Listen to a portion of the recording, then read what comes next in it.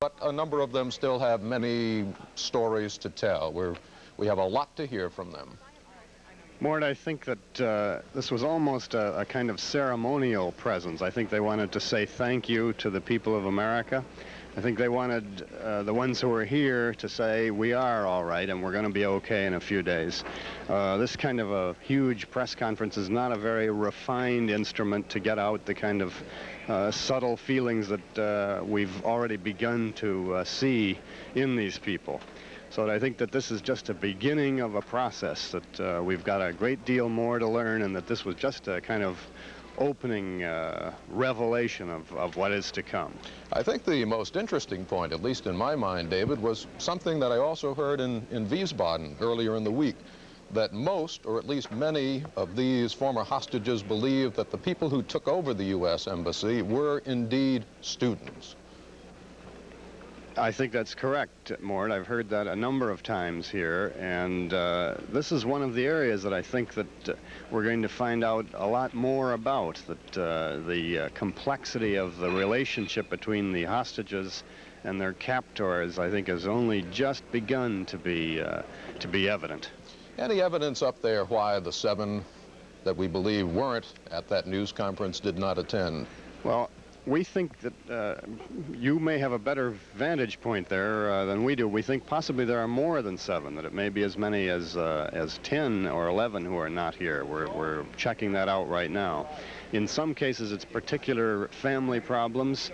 In others, we think that it is indeed a matter of people feeling the effects of stress perhaps more than the others who are present on the stage. And David, during their brief period of time at the Wiesbaden Air Force Hospital, the State Department did say that a number of the former hostages, without giving an exact number, but that some of them were not participating in what was called leisure activities with the others, and at least one member of the hospital staff said that it was her opinion that some of the hostages were being shunned by others. We were not able to confirm that.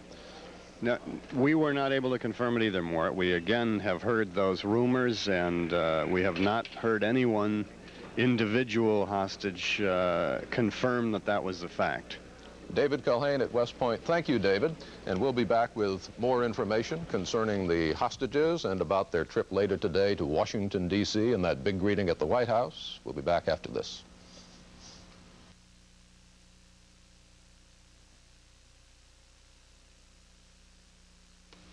I'm here to talk to people in business who are serious about it. Where can you get all the business news you need these days? In a daily paper? Even in the best, you get only a section of business news. Too little. In business magazines, if you have to wait a week, maybe the news isn't news anymore. Too late.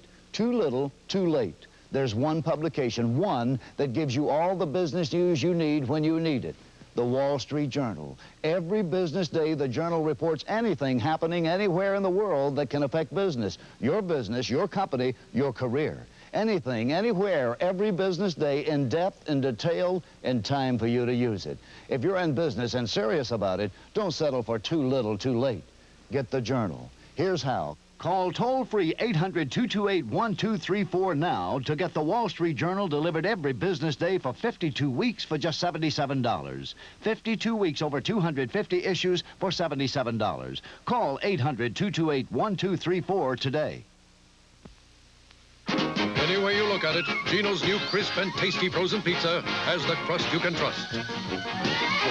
Make the Gino's blindfold test. Okay, hold it. I'm sorry. What's the problem now? The whole thing just a little pushy. You know, the floor is already pushy enough. I mean, you got Geno's all over the place. May I add 2 words to my own commercial? Whatever. Trust me.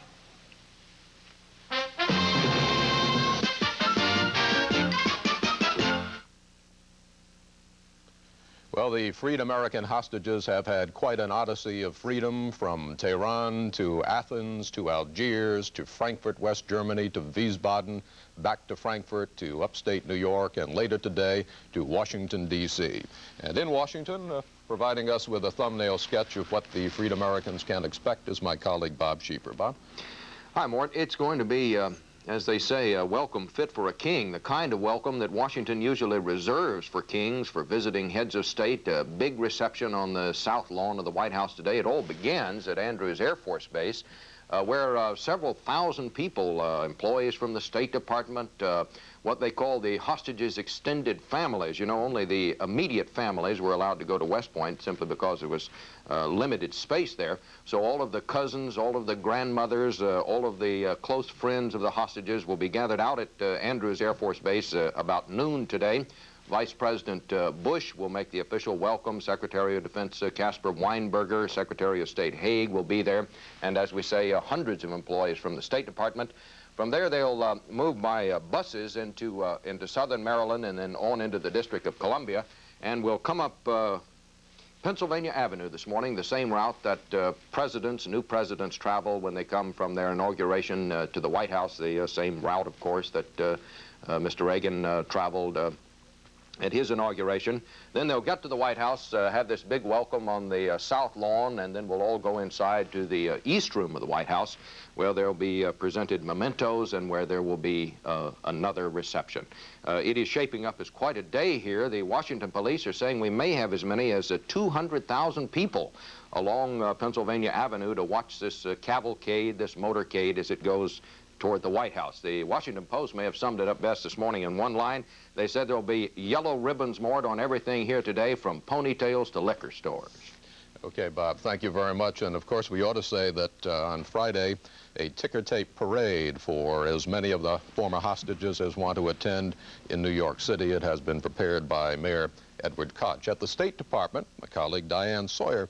Diane, we've heard a lot from the Freed Americans concerning who were their captors, and we have heard from them, from many of them, that there's no question in their minds, at least, that they were students. I'm wondering if that is the majority point of view at the State Department as well.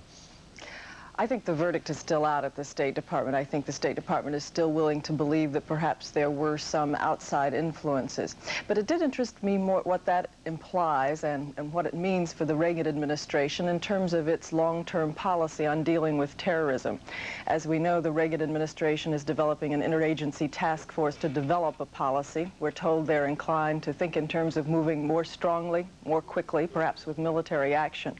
But the fact that these people today, first of all, defended the agreement as a necessary device to obtain their release, and also said that the militants were in fact students, means, at least in their mind, they're unsure what kind of action would have helped earlier on.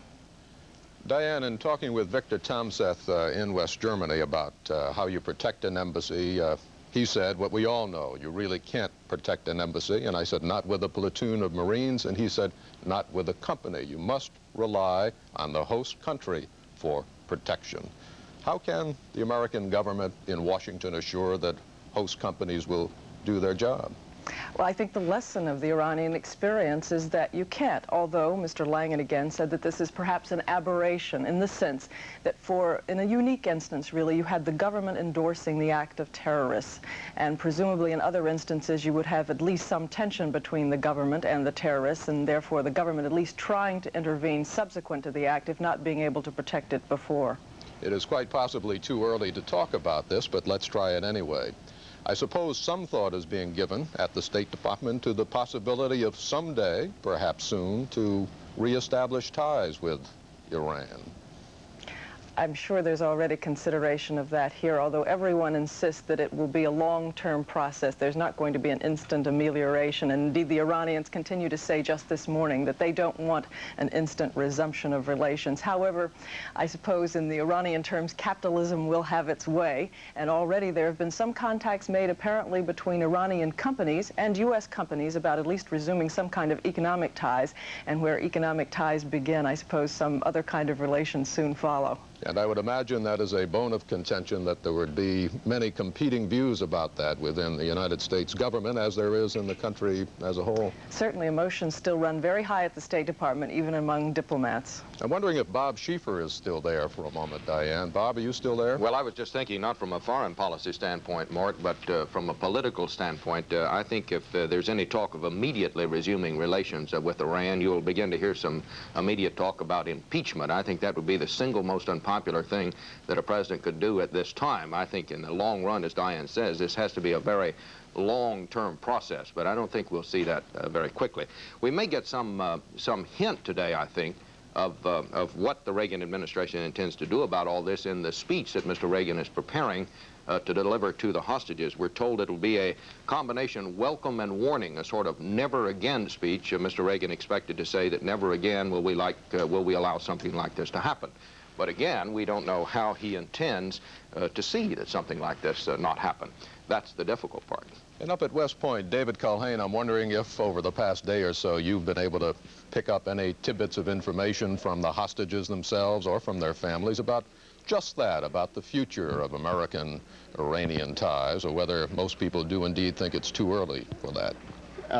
Mort, I think that if you ask the hostages, indeed it is too early. But there's one point I'd like to make, that the relationship between the news people and the hostages, I think, is now about to go into a very sensitive stage where we have to be very careful about our proper demands and their needs for privacy. So I think that they have asked us a number of times about that, and we've told them that we are indeed very concerned about that and are going to be sensitive. So I just wanted the public to know that that is an issue that's been discussed by the hostages and the reporters. And David, I suppose we've got to keep in mind that it's not important what they tell us. What really is important is how they reestablish their ties with their family and get back with the process of living as free people. The first priority.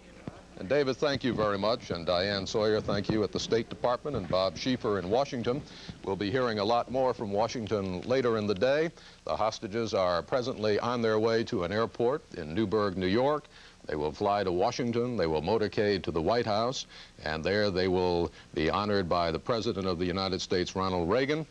They will have been greeted at Andrews Air Force Base by the Vice President of the United States, George Bush. So a long day in store for the hostages, a happy day for most of them, we are sure. And we thank you very much for joining with us this morning for that press conference broadcast live from the U.S. Military Academy in West Point. Good morning. This has been a CBS News Special Report. In their own words, watch complete coverage of the official welcome home ceremonies in Washington in about 2 hours, here on CBS. Come on, everybody, come on. Let's eat breakfast. It's gonna be a golden day. Oh, those golden grahams, crispy golden grahams, graham cracker tasting cereal. The taste is such a treat. Like little crisp honey graham crackers. Crunchy.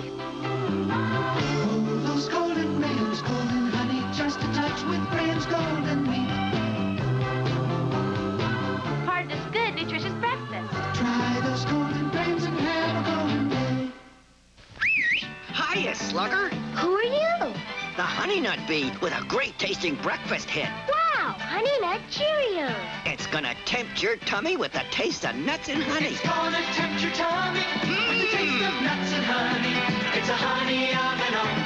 It's Honey Nut Cheerios. Mmm, tastes super. Part of this nutritious breakfast. That's one honey of an O, Coach. Whoa! It's Honey Nut Cheerios. Don't miss the Lou Rawls